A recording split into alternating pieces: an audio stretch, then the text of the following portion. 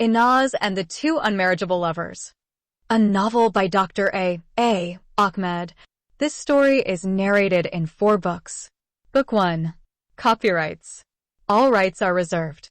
No part of this book may be reproduced, stored in a retrieval system, or transmitted in any form or by any means without the prior written permission of the author, except by a reviewer who may quote brief passages in a review to be printed in a newspaper, magazine, school journal, or university article. This novel is a work of fiction, but the entire story is based on the real love story of 2 unmarriageable lovers. Therefore, all names, characters, places, and incidents are either the product of the author's imagination or are used fictitiously. Any resemblance to actual persons, living or dead, events, or locales is entirely coincidental. Chapter 1. An Arab girlfriend and her African boyfriend. Going to study in India is the heart desire of every Sudanese boy. There are many reasons for explaining such a strong desire. Young Sudanese boys are so fascinated by the beauty of Indian movies. Those movies show the beauty of nature and the unmatchable beauty of Indian girls. So, every Sudanese boy wishes in his heart to travel to India and enjoy the marvelous beauties of that country. Each one of them wants to go over there and in due time returns to his country with a university degree in English and a beautiful Indian bride. Besides its natural and human beauties, India is the cheapest place to study in. Other destination countries for Sudanese students are Egypt, Iraq, and some European countries. Sudanese students complain that in Egypt and Iraq they are often beaten and abused by the police. Moreover, the Arabs of those lands treat the Arab Sudanese students as slaves due to their dark skin color and never recognize them as Arabs like them. In addition, getting a student visa to a European country is exceedingly difficult, while getting admission to an Indian university is quite easy. Also, India is considered the safest place for foreign students. When this love story had been written, there are around 10,000 Sudanese students studying in India. 3,000 of them are at Pune University. The remaining 7,000 students are scattered all over the other Indian colleges. There are over 300 universities in Hindustan. Sudanese girls are very few in India. Most of the Sudanese families will not allow their girls to venture into the unknown world. They believe that a young woman without her parents will be vulnerable to moral attack, criticism, temptation, adultery, illegal pregnancy, and rape. Moreover, the Prophet Muhammad forbids the unmarried Muslim girl to travel all alone without a company of a male muhrim, such as her father or brother. Nevertheless, for any social norm or religious belief, there will always be an exception. Yes, the family of the Sudanese lawyer Ahmed Saleh is one of those few families who allowed their daughters to go for studying in India. His daughter is the only child he has. The girl's name is Inaz. In the Arabic language, Inaz means a female companion or a journey companion who makes someone happy. In English, it means a beautiful woman or a mirror. The Khartoum University graduate lawyer, Mr. Ahmed Saleh, believes in gender equality. Therefore, he allowed his daughter to enroll herself at a medical college at the University of Pune. Inaz is 20 years old when her father traveled with her abroad and completed her enrollment in one of the best medical colleges in India. He paid $10,000 as a first installment. All other Indian colleges are free except medical and engineering colleges. For 5 years, the Sudanese lawyer Ahmed Saleh has to pay each year $5,000 for the medical study of his daughter. In addition, he must send her every month $300 for her lodging and living. Inaz Ahmed Saleh is not only a smart student in college, but an exceptionally beautiful girl as well. She has a very charming personality. She has already been betrothed to her cousin, Osama Hashim Saleh. Osama is also a good student. He is studying and working hard for his master's degree in business administration at Khartoum University. Osama is in his final year when his beautiful fiancée Inaz left Sudan and traveled to India. Inaz is not in love with her cousin, but accepted his betrothal because her father and mother chose Osama, who is from among her many cousins. No girl in Sudan can choose her life partner. It is a rarity that a love relationship between a boy and a girl can end up in marriage. There is no court marriage in Sudan, so the lovers cannot rebel and get married without the consent of their parents. Besides that, the Prophet Muhammad said, "If any Muslim girl gets married without her father or wali, she is an adulteress." So, no Islamic marriage contract can be recognized without the consent and signature of her father or another male guardian, such as her brother, grandfather, or any of her uncles. Even so, before she left Sudan, Inaz developed a kind of emotional attachment with her neighbor, who is called Tariq Harun al-Ajabo. At that time, Tariq was just 16 years old and still in school. Nevertheless, the 20-year-old Inaz fell in love with him and secretly used to have with him physical relations, such as kissing, hugging, fondling, and nothing more. Tariq too confessed his love to Inaz and told her he wished to be with her in India. Inaz did not promise him, but she said she would try to bring him over there so that as two intimate lovers, they could enjoy their affair in a foreign country far away from their Muslim parents. Although Inaz has a lover and a fiancé, Tariq and Osama, she has decided to remain faithful to both boys. She knew and understood that her parents would never allow her to marry a boy like Tariq. They may permit her to marry a dog or a pig, but not a boy of Tariq's family background. Tariq's father is from Darfur and his mother is from the Nuba Mountains.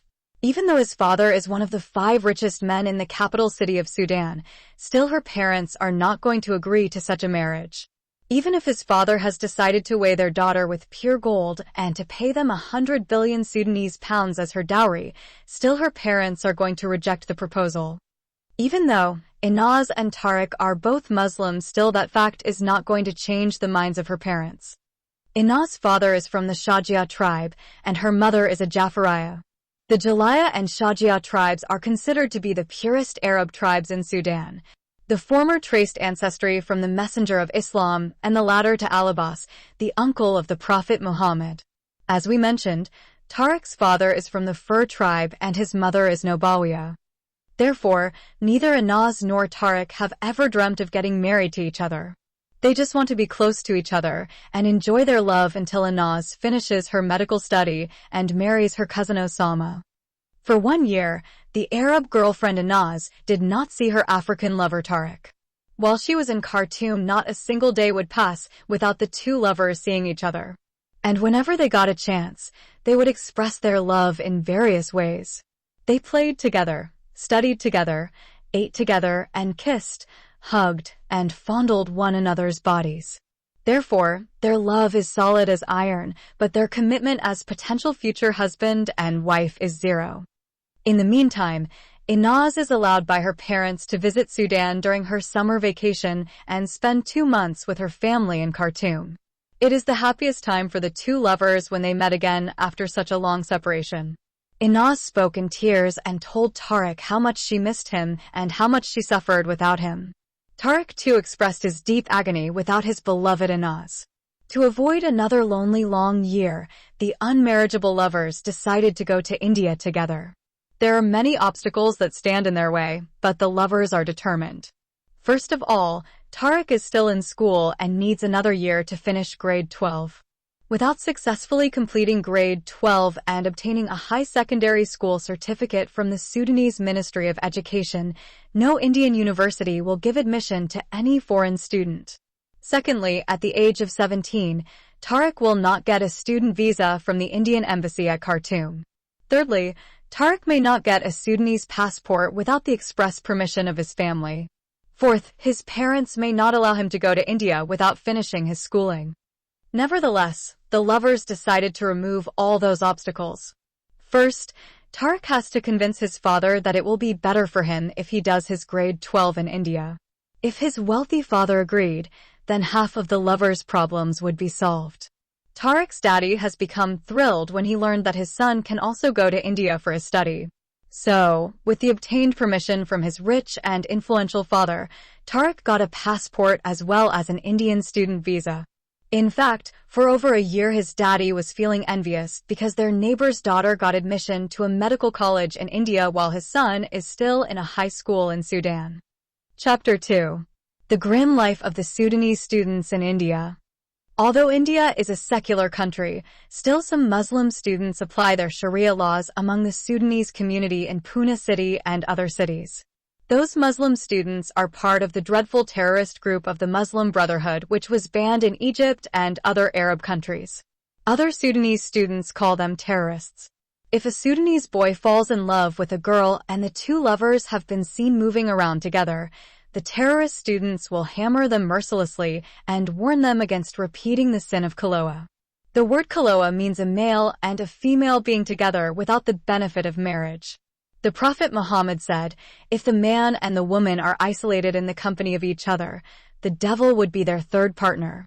If a Sudanese boy and his girlfriend are cohabiting out of the marriage bond, then those righteous policemen of Allah will shed their blood.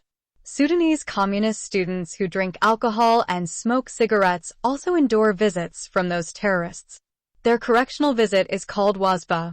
The word wasba means jumping over sin and destroying it. They believe their duty on earth is to ensure each and every Sudanese Muslim boy and Muslima girl live a life pleasing to Allah and His infallible Prophet Muhammad.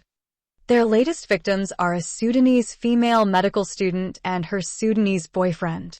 The two lovers have been attacked and battered by those holy police officers of Allah. Their love affair is a kind of stigma among Muslim students. All Sudanese students disapproved of their love affair. They considered it an abomination to Islam and a stigma on the bright name of Sudan. Even secular and communist students are against their so-called disgraceful love affair. The Muslim brothers and sisters and secular and communist students have never agreed upon something before except this one. Many years ago, a Sudanese student at Bombay University had changed his religion from Islam to Christianity. His action was considered a great abomination by the Sudanese community all over India. All Sudanese students condemned him as a filthy apostate and collectively agreed he deserved to be put to death upon his return to Sudan. They had boycotted him and decided to beat any Sudanese student who talked or greeted him. Their action was a means of intimidation and coercion so that he might be scared and come back to Islam. They also decided to wage psychological warfare against him and achieve that aim by completely isolating him from his own Sudanese community. They used destructive propaganda, life threats, nasty rumors, and other psychological techniques to intimidate, demoralize, and demonize him. Despite that, the communists refused to boycott him. They just considered his apostasy was wrong. They too believed that his abominable act was motivated by some material gains, such as money or a visa to a Western country. Some Sudanese students spread nasty rumors about him. Those rumors reached Sudan and eventually reached the ears of his relatives in Al-Gadaref city. They accused him of converting to Christianity because of his love for a beautiful Indian Christian girl, because some Western missionary people promised to give him a visa to a Western country, and because of a huge amount of money offered to him. Due to those ugly rumors, the apostatized boy suffered untold numbers of abuses and persecutions. However, whatever they did to him had not made him bend to their threats or return to Islam.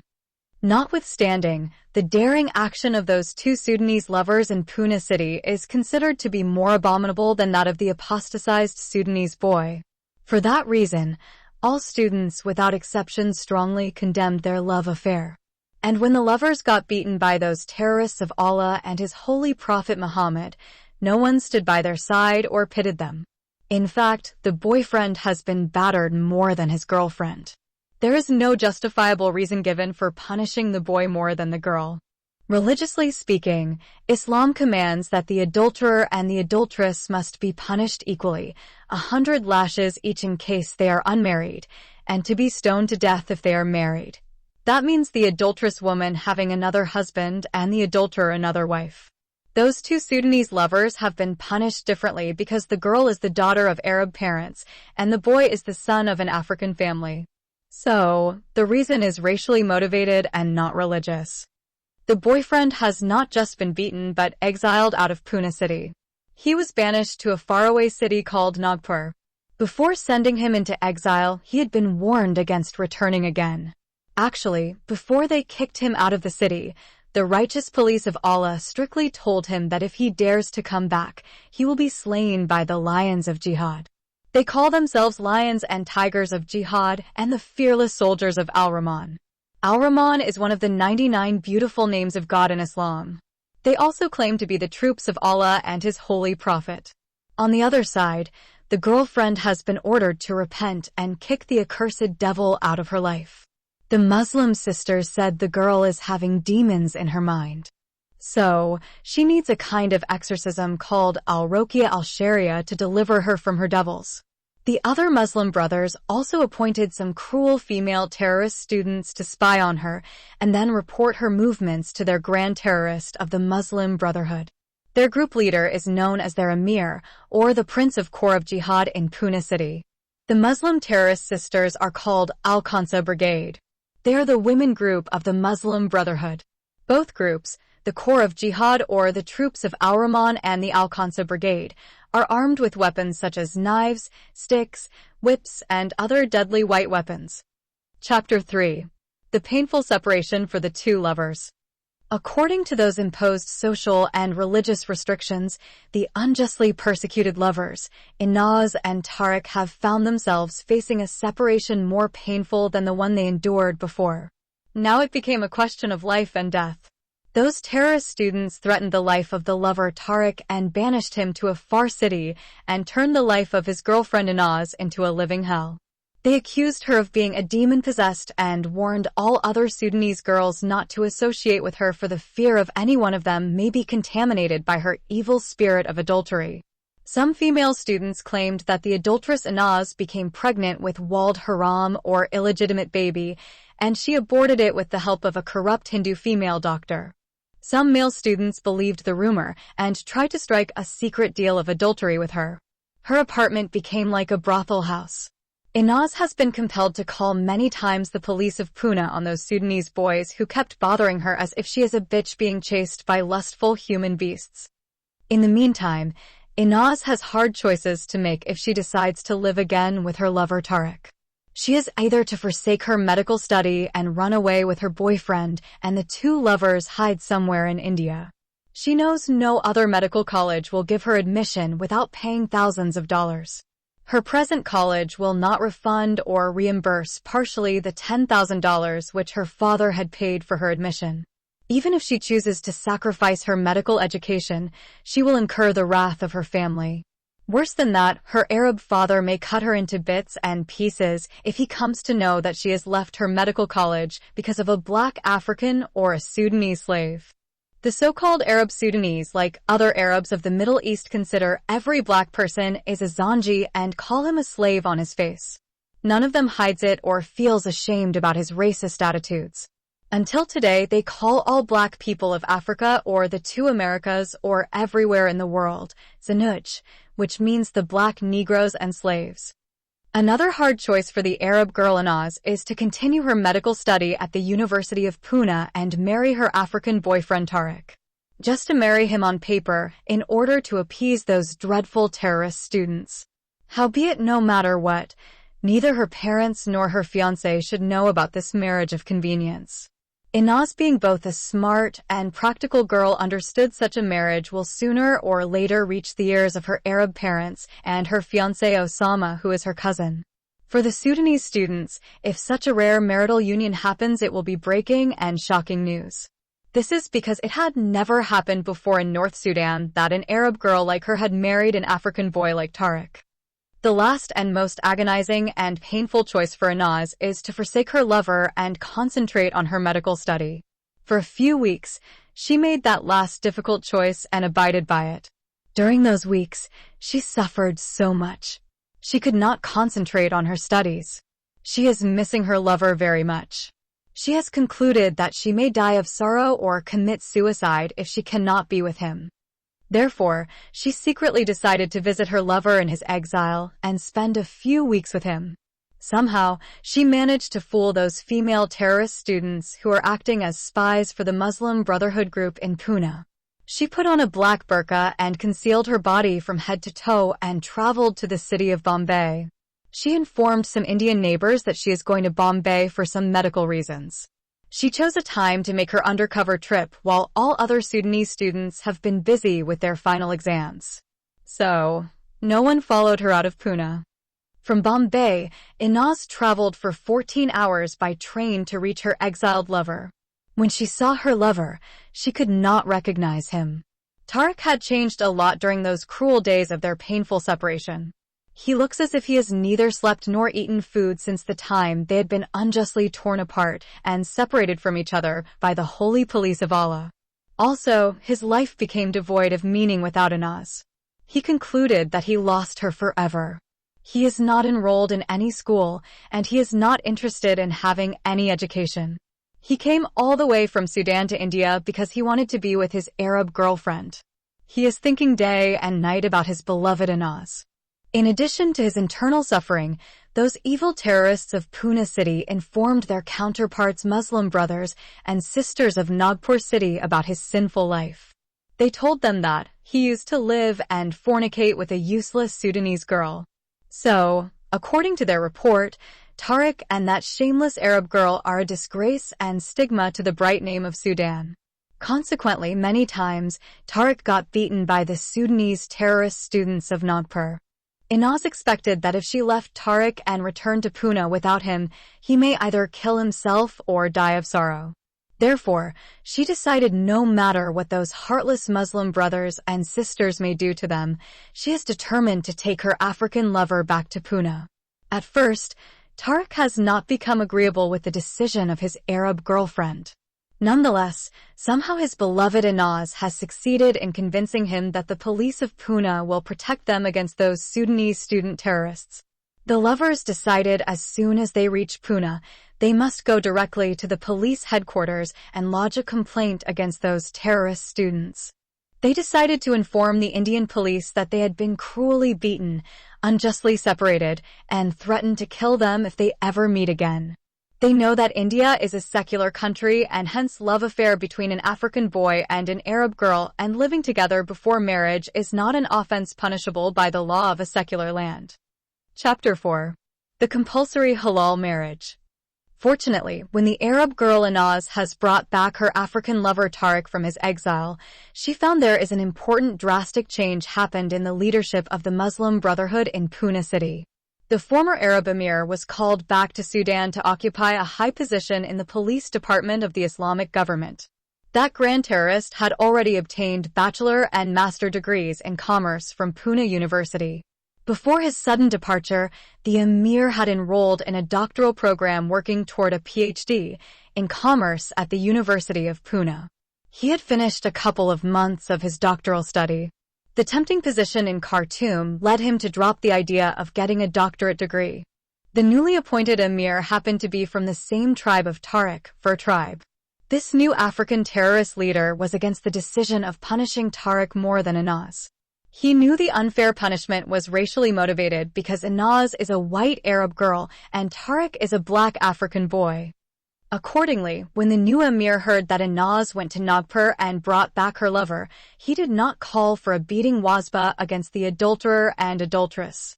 He just summoned some of his top terrorist leaders and asked them to go with him to the apartment of the two Sudanese sinners. They are tough 6 Islamic terrorist bearded guys and 2 Muslim sisters in black burqas. The Islamic abayas and niqabs have made those 2 terrorist girls look like scary ghosts or 2 Halloween witches. Before we narrated what those 8 terrorist students have done to the 2 persecuted lovers, we need to state some important facts. First of all, although each and every Sudanese student in Pune called Tariq and Inaz shameless adulterer and dirty adulteress, nonetheless, the 2 lovers have never had sex together, not even once. They continued their affair as it used to be in Sudan. They always expressed their passions through hugging, kissing, and fondling and nothing more. The Arab girl Inaz time and again told her African boyfriend Tariq that her virginity is belonging to her fiancé Osama. Tariq has respected the decision of his beloved Inaz and became content with the physical enjoyment he always used to have from her body when they were in Khartoum. Secondly, the 2 lovers have never decided to get married or even dreamt of being together as future husband and wife. They knew and understood that they were unmarriageable lovers. Thirdly, until that day, the parents of Inaz do not know that their Arab daughter has taken the African son of their neighbors to India and living with him in the same apartment as lovers do. Actually, neither her father nor her mother knows that their Shajia daughter is in love with the fur boy Tariq. When the emir and his terrorists approached the apartment of the so-called shameless Sudanese adulterer and dirty adulteress, they gave Anaz and Tariq two options. They have either to get married according to the Holy Quran of Allah and the blessed Sunnah of His Messenger Muhammad, or be separated forever. At first, the lovers said they are living together as a brother and his sister and hence have never engaged in sexual intercourse. The terrorists told them even a child would not believe their foolish lies. They quoted the hadith of the Prophet which said, "When a man and a woman isolated themselves in the company of each other, the devil will be their third partner." That means the two lovers are living together in the haram kaloa and hence, according to the infallible Prophet Muhammad, the accursed devil is living with them, tempting them day and night, and causing them to fornicate on a daily basis. The lovers refused to believe the religious proof for their adultery and pleaded innocent. Then Anaz said she has already got engaged to her cousin Osama and she is going to marry him as soon as she will finish her medical study. The terrorists said to her sarcastically, after 4 years she will deliver 4 illegitimate children with Tariq. Their leader added that no Sudanese fiancé will agree to marry a girl who is living with another boy in the same apartment, same room, same bed, and hence she has already lost her virginity.